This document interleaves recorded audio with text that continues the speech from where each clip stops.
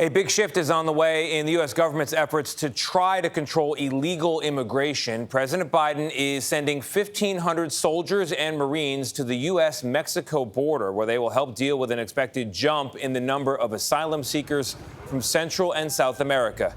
This group here is about 3,000 strong. They're headed to Mexico City and plan to move to the border after a change in U.S. policy kicks in next week.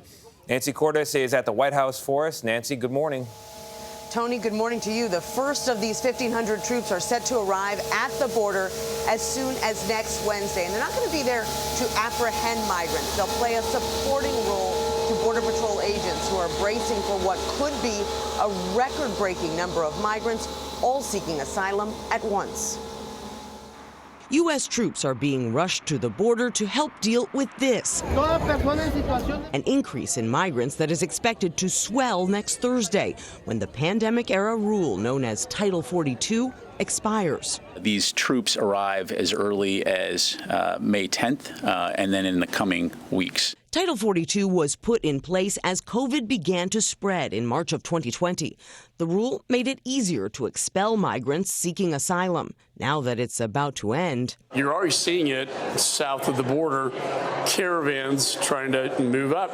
They know when Title 42 expires. It's already putting a strain on cities like El Paso, Texas, where hundreds of migrants are camping outside homeless shelters because there's no room inside. I am declaring a state of emergency in our community. Customs and Border Patrol officials say they're preparing for as many as 10,000 migrants to cross the southern border every day.